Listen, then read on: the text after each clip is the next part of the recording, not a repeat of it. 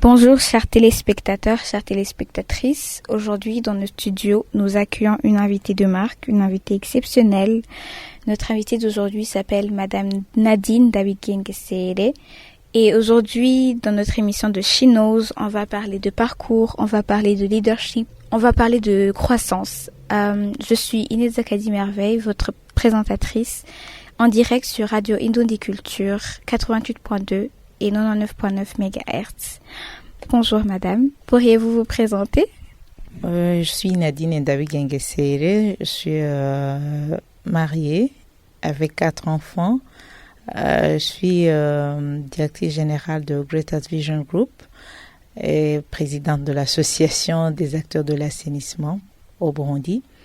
Je fais partie aussi de l'association panafricaine des acteurs de l'assainissement, là où je suis comme chargée de mobilisation des ressources.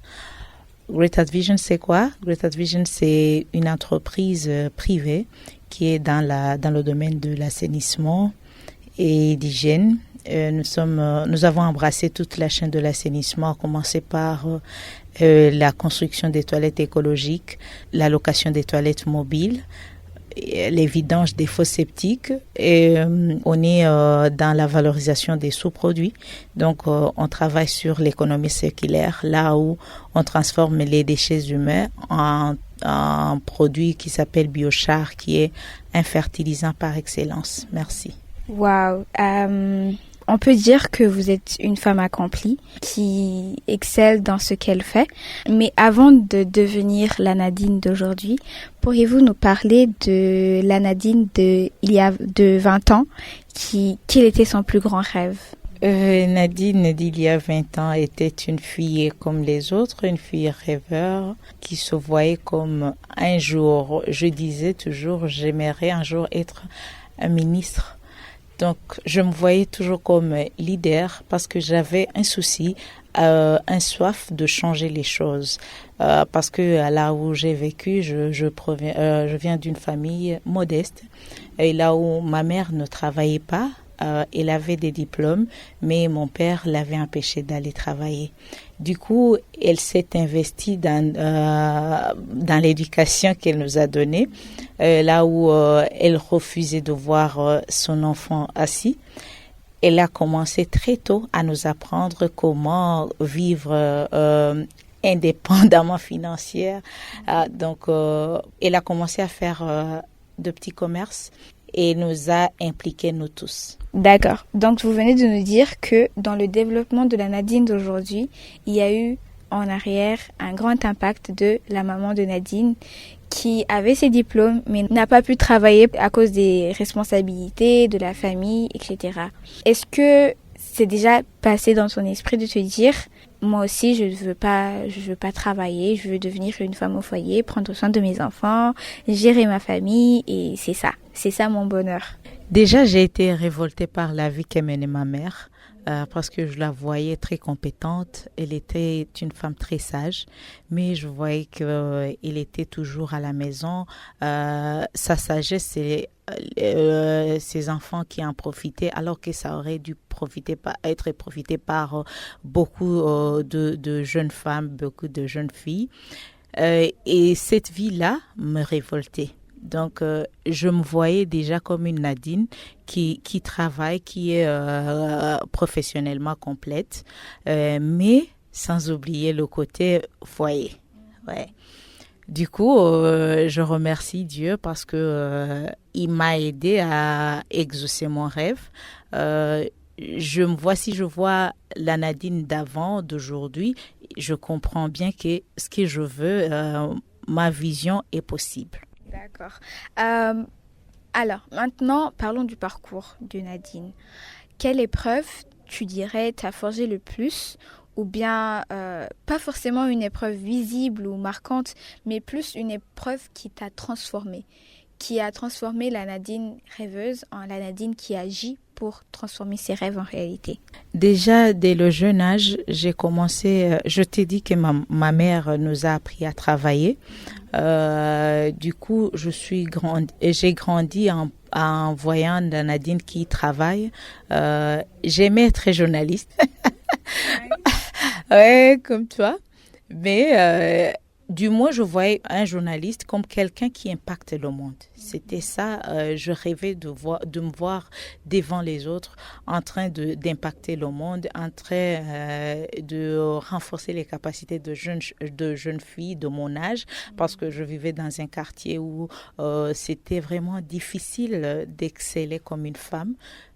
Et du coup, je voyais ma génération, je me disais pourquoi ça, pourquoi les autres réussissent, pourquoi les jeunes filles de mon quartier ne se contentent que de tomber, d'être engrossées, des mariages précoces et tout. Et ça limitait leur croissance professionnelle.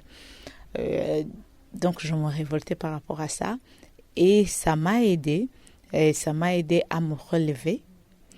Et le combat que je menais chaque jour, même en étant femme, parce que je me suis mariée très tôt aussi, à l'âge de 20 ans, et j'étais déjà mariée, mais je n'ai pas abandonné mes rêves. Je me disais, un jour, je dois atteindre mes rêves. Ouais. Et du coup, j'ai pris une décision de me marier, mais ce que je remercie Dieu aujourd'hui, c'est que ça ne m'a pas limitée. Et ça ne m'a pas enfermée dans un cage où je ne devrais pas me relever. Il y a des combats quand on est maman, quand on est femme entrepreneur au Burundi. Il y a des combats qu'on mène en silence, que personne ne voit pas, mais quand même qui te ronge dans le cœur. Mais quand tu as une vision, tu continues. C'est pourquoi j'appelle toutes les femmes burundaises d'être des visionnaires. Quand tu as une vision, quand tu sais là où tu veux aller, tu te relèves et tu continues malgré les obstacles. Wow. Merci. Pourriez-vous nous donner au moins quelques exemples de ces petits combats que les femmes mènent et que personne ne voit, qu'elles mènent toutes seules, en silence, souffrant tranquillement dans leur coin? Par exemple, lorsqu'on a commencé Great Heart Vision, j'avais 3 enfants et j'avais 3 garçons, mais j'avais 2 qui étaient un peu âgés parce que j'ai 2 générations, il y a 15 ans, 13 ans et 6 ans et 6 mois. Donc, j'avais une génération qui était pubère, ouais.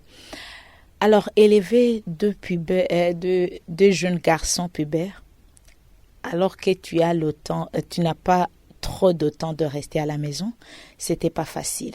Du coup, mes garçons ont commencé à reculer dans la classe. Bon, tu vois, il y a la culture burundaise qui parle à une femme, hey, tu dois rester à la maison et élever sur ton foyer. Bien sûr, mais bien que mon mari n'est pas comme ça, il y a l'entourage, il y a la société burundaise qui ne t'épaule pas comme tu veux. Mais toi, avec la vision que j'avais concernant l'entreprise, avec les responsabilités d'être maman, donc des fois je me disais, et si je laissais pour être femme au foyer et élever mes enfants comme je le veux. Vu notre culture, ce sont des pensées qui revenaient dans ma tête parce que je voyais mon enfant qui était parmi les 5 premiers commencer à être parmi les 15 premiers. Donc, je me voyais comme si c'était moi la responsable et la société qui me faisait comprendre ça. Mais je me suis battue. Et je me disais un jour, même si ce que je suis en train de faire, ça va, c'est pour eux. Donc si je laisse aujourd'hui, si j'abandonne aujourd'hui, c'est comme si j'abandonnais leur futur. Donc pour moi, je me suis relevée et me battre pour arriver à ce que j'équilibre ma vie professionnelle et ma vie familiale. Donc si je comprends bien, ta vie de famille a été un moteur à un moment donné de te dire je prépare leur futur, ce n'est pas juste moi, ce n'est pas juste ma vie, mais c'est aussi la leur. C'est aussi l'exemple que je mets pour eux, l'exemple que je leur donne. je crois que tes enfants ne pourront pas se marier à une femme qui ne travaille pas parce qu'ils ont vu leur maman travailler toute leur vie.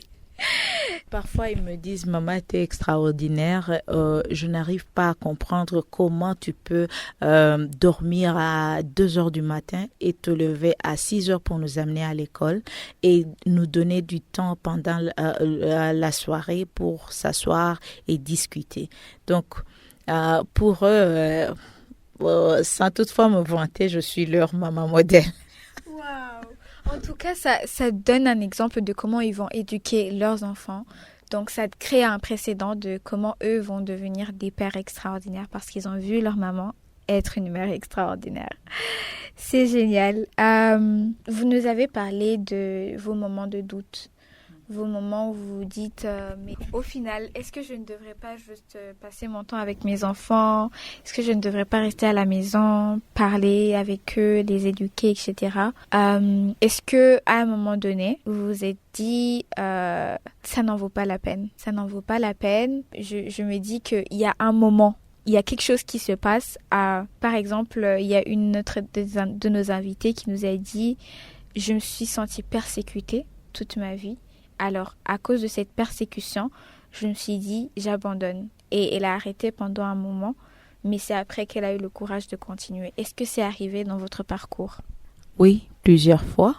Oui.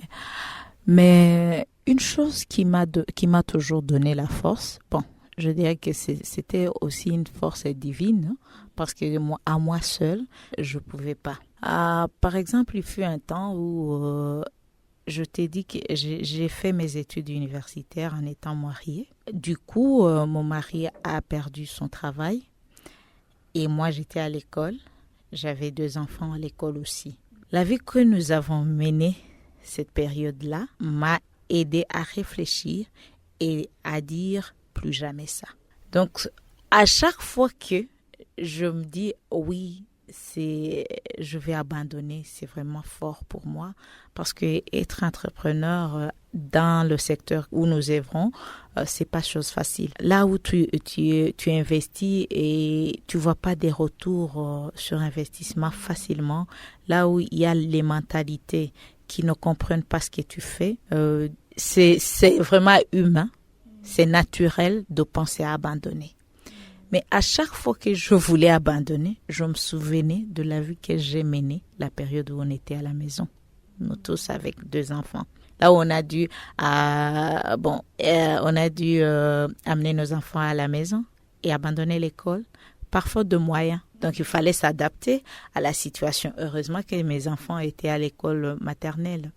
Et du coup, à chaque fois que je pense à abandonner, je me souviens, et en Kirundi, on dit et puis ça c'est vrai. Donc il y a des obstacles dans la vie qu'on le traverse et on se dit non mais ça n'en vaut pas la peine. Mais après tu te dis ça, je ne peux pas retourner là-bas et c'est ça qui te fait avancer en fait. Wow. C'est pas tout le monde qui aurait pu réussir, c'est pas tout le monde qui aurait pu se dire je vais continuer à cause de ça et c'est grâce à ça que je vais devenir la personne que je suis aujourd'hui.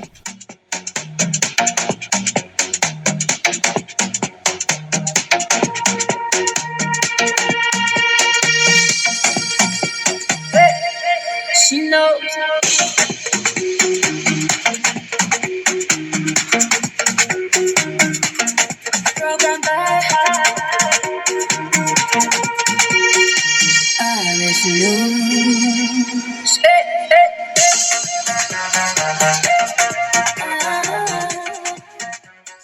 Alors, parlons de la femme en général. Quand tu regardes la femme d'aujourd'hui au Burundi, en East Africa, tu nous as dit que tu étais dans une association panafricaine. Quand tu regardes les femmes avec qui vous travaillez ou bien les femmes en général, quel est le sentiment que ça te procure? Est-ce que c'est plus de la satisfaction ou bien à l'inverse, tu te dis, est-ce que ça donne de l'espoir aux générations? Quand tu le regardes, est-ce que ça donne de l'espoir à la génération future? Oui, ça donne de l'espoir parce que quand je lance un appel d'offres et je vois que la majorité des candidatures sont des femmes, ça me donne espoir. Oui, ça me donne cet espoir de voir que oui, c'est possible, ça commence à venir. Mais toutefois, d'ailleurs, c'est ce qui me révolte la plupart des fois, quand je vois des femmes, des jeunes filles qui n'ont qu'une seule vision, se marier et donner des enfants. Pour elles, c'est comme si la vie est déjà complète. Et ça a une explication parce que les femmes, une femme africaine en général, elle a peur de travailler, elle a peur de dépasser cette vie de foyer, tu vois, et elle a peur, il y a beaucoup de peur, cela provient de notre culture, hein. Il y a cette culture, cette mentalité qui te dit qu'une femme doit être à la maison, doit puiser de l'eau, doit préparer de la nourriture pour sa famille et tout, et tu n'as pas d'autres capacités. Et du coup, voir les capacités de la force féminine qui sont toujours là, comme si on les mettait dans le coffre, ça me révolte. Par exemple, je dis souvent aux femmes, on n'attend pas d'être veuve pour penser à faire quelque chose, pour penser à travailler. Si ton mari meurt demain, si ton mari meurt aujourd'hui, qu'est-ce que tu vas devenir? La plupart des femmes burundaises te disent rien. Et on l'observe souvent dans les sociétés. Quand un mari meurt, c'est comme si c'est la famille qui tombe en panne. Alors, je rêve de voir des femmes indépendantes, mais toutefois honnêtes et respectueuses, qui font avancer leur famille, leur foyer, et en conséquence, faire avancer leur pays. Parce que le pays qui a compris la place de la femme dans la société, c'est un pays en voie de développement. Ça, c'est quelque chose d'encore très compliqué dans notre pays, où on voit des veuves, quand un mari meurt, les enfants arrêtent d'étudier, la femme n'a plus de vie, tout simplement, elle devient l'ombre de ce qu'elle était. Et je suis d'accord avec vous en disant que ça, c'est déplorable.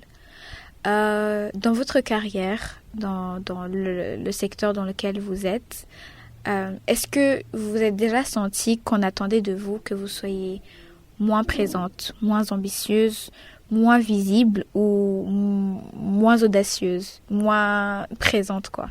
Oui, parce que du moins, quand on se lance dans l'entrepreneuriat, c'est tout à fait normal. Et la seule force que j'avais, c'est que je comprenais mieux ce que j'étais en train de vivre. Par exemple, un jour, on cherchait le marché, on a présenté ce qu'on faisait. Comme on était dans le secteur, j'ai dû gagner le marché. Mais il y a des gens qui m'ont dit d'ailleurs, et qui m'ont dit, comment est-ce qu'une femme peut gagner son marché? Moi, j'ai dit, je ne suis pas une femme, je suis un entrepreneur. Je suis comme toi, parce que si on va là-bas, c'est pas le visage qu'on vend, on vend les idées. Et c'est ça ce qu'on a. Non, tu peux pas être une femme et avoir ces idées-là. Hein. Donc, nous vivons dans une culture qui sous-estime une femme, peu importe ce que tu es, peu importe ce que tu as.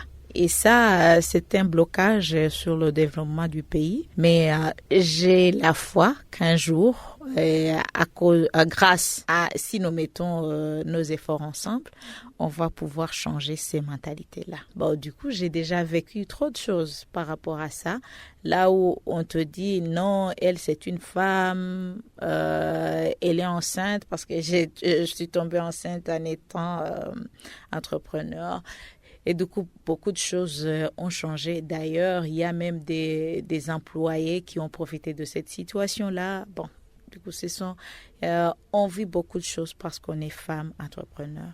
Mais j'ai compris que à chaque fois que ça arrive, je me disais que éteindre ma lumière, ça ne rassurait personne. Puis j'ai choisi de me rassurer et de me relever et assurer pleinement ma présence, assurer ce que je suis. Oui, et ça a donné un impact. Donc, au lieu d'éteindre ma lumière, je brille beaucoup plus pour t'aveugler. Waouh, j'avoue que ça fait du bien de voir des femmes qui refusent ce que la société leur offre, mais décident d'en prendre plus, d'en faire plus et de devenir meilleures. Alors, Est-ce que vous diriez qu'être une femme dans votre domaine, c'est un frein ou un moteur? Bon, je dirais que c'est un moteur. Oui. Franchement, pour moi, j'ai beaucoup expliqué par rapport à ça, mais à chaque fois que je vois qu'il y a trop d'obstacles, je préfère d'aller en avant et briser tous les obstacles pour me permettre d'avancer et ouvrir les opportunités à de futures générations de femmes entrepreneurs. Oui, donc je dis toujours qu'il faut voler dans le sens du vent. Avec le Burundi qui commence à mettre une femme devant, ça m'a permis aussi ça a allégé la situation. Ouais. Parce qu'aujourd'hui, quand on voit dans le forum des femmes leaders faire participer des femmes comme moi qui ont entrepris dans le domaine de l'assainissement, c'est une chose que je dirais que j'applaudirais. Avant, c'était pas comme ça. Quand je vois que dans certaines réunions de prise de décision dans le secteur, on considère les femmes, pour moi, je dis waouh, ça valait la peine de se battre. Je dis ça parce que au fait, dans le secteur de l'assainissement, c'est la femme qui est au centre de ce secteur, parce que c'est la femme qui est au centre de l'eau. C'est elle qui puise l'eau, c'est elle qui l'utilise. C'est la femme qui assainit. Donc, voir une femme qui peut aller loin, qui peut s'investir dans le domaine d'assainissement, c'est un moteur, ça fait rêver d'autres femmes qui étaient comme moi avant, et même d'autres femmes qui n'ont même pas pu aller à l'école. Ça leur donne espoir. La fois passée, j'ai accueilli une délégation des étudiants de l'école française et j'ai été surprise par un commentaire d'un élève qui a dit j'étais en train de dire que tout le monde nous donne un petit feedback par rapport à ce qu'ils ont vu, et un élève s'est levé et a dit: je suis satisfaite de voir une femme dans l'environnement. J'ai dit waouh, ça valait la peine finalement. C'est bien de voir que les générations sont encouragées par des femmes comme vous, des femmes qui décident de travailler, de tracer le chemin pour les autres. J'avais une certaine peur chez les jeunes filles qui se disent: si je vais dans ce domaine, je vais être la première. Je veux être celle qui va commencer. Et ça, c'est dur, c'est compliqué, tu auras beaucoup trop d'obstacles. Et elles se disent: ah, finalement, non. Même si c'est ça que j'aime, je vais aller faire ce que tout le monde fait pour alléger ma tâche. Est-ce que vous êtes d'accord? Et sinon, que leur diriez-vous? Je ne suis pas d'accord avec cette philosophie-là. Parce que si tu veux réussir, tu dois travailler, et tu dois travailler ce que tu aimes. Tu dois t'investir dans ce que tu aimes. Parce que quand tu fais ce que tu aimes, tu n'abandonnes pas facilement. Ouais, c'est le combat du cœur. Ouais. Alors, ce que je dirais à des jeunes filles et des jeunes femmes qui sont en train de m'écouter maintenant, je leur dirais n'attends pas d'être prête pour se lancer. Lève-toi, lance-toi. C'est dur, oui, mais un jour, tu verras le fruit de ce dont tu t'es battu. N'attends pas d'être prête. Lève-toi, avance, tu seras prête en avançant. On ne peut pas attendre que les gens nous donnent ce que nous méritons. On doit le prendre nous-mêmes. Pour conclure notre émission, j'aimerais qu'on parle de la jeune femme. Quelle est la qualité que vous diriez qui est essentielle, qui est non imposable, qui est non incontournable pour qu'une femme soit une leader accomplie, pour qu'une femme soit une femme d'impact dans sa société? La qualité, pour moi, la qualité première qu'une femme doit avoir, c'est l'estime de soi. Parce que nous avons grandi dans la société qui sous-estime une femme, dans la société qui te dit que toi, comme tu es née femme, il y a des limites, il y a des portes que tu ne peux pas franchir. Mais pour moi, si tu arrives à avoir cette estime de soi, tu surmontes beaucoup de choses. Tu laisses derrière les peurs. Donc, l'estime de soi, c'est qualité première pour moi. D'accord. C'est sûr que parce que c'est genre en grandissant dans une société qui te sous-estime, c'est normal que toi aussi tu te sous-estimes. Alors, notre mot de la fin. Notre mot de la fin, c'est un message que vous donneriez à une jeune femme qui a peur, une jeune femme qui n'est pas encore dans le monde du travail, parce que notre émission cherche à instruire ces femmes, à leur donner le courage à travers l'inspiration des autres femmes qui sont déjà loin, de leur montrer qu'il y en a d'autres qui sont passées par les mêmes obstacles qu'eux, mais qui sont arrivées à ce qu'elles voulaient devenir.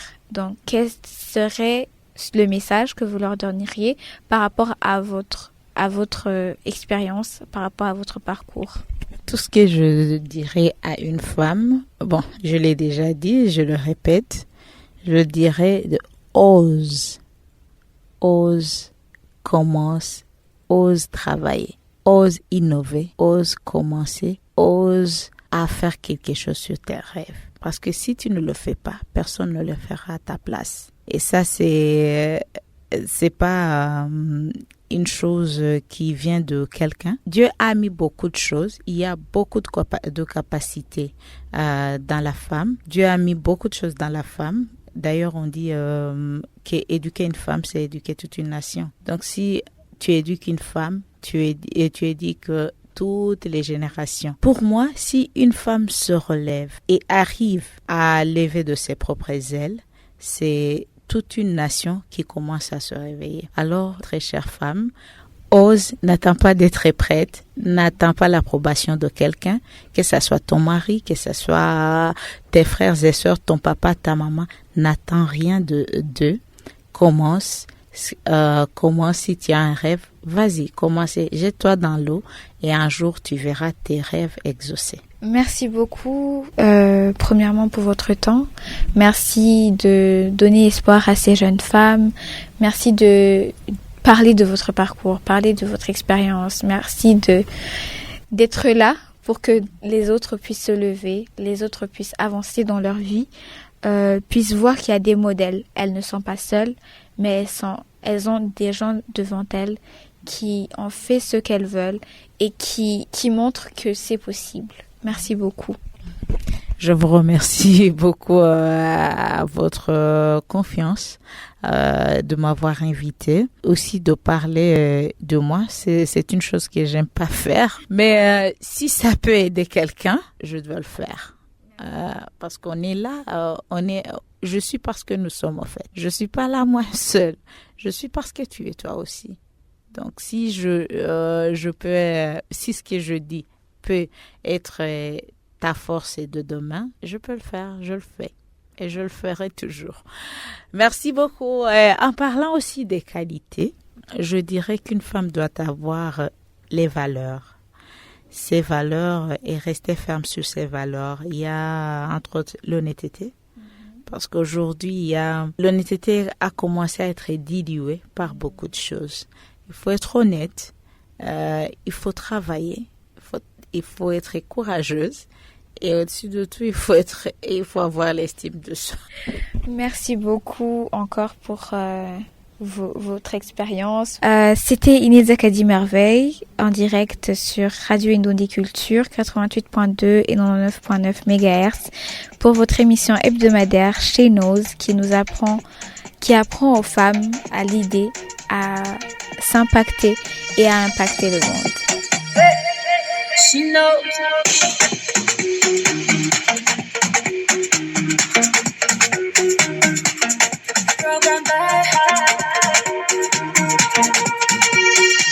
Avec nous.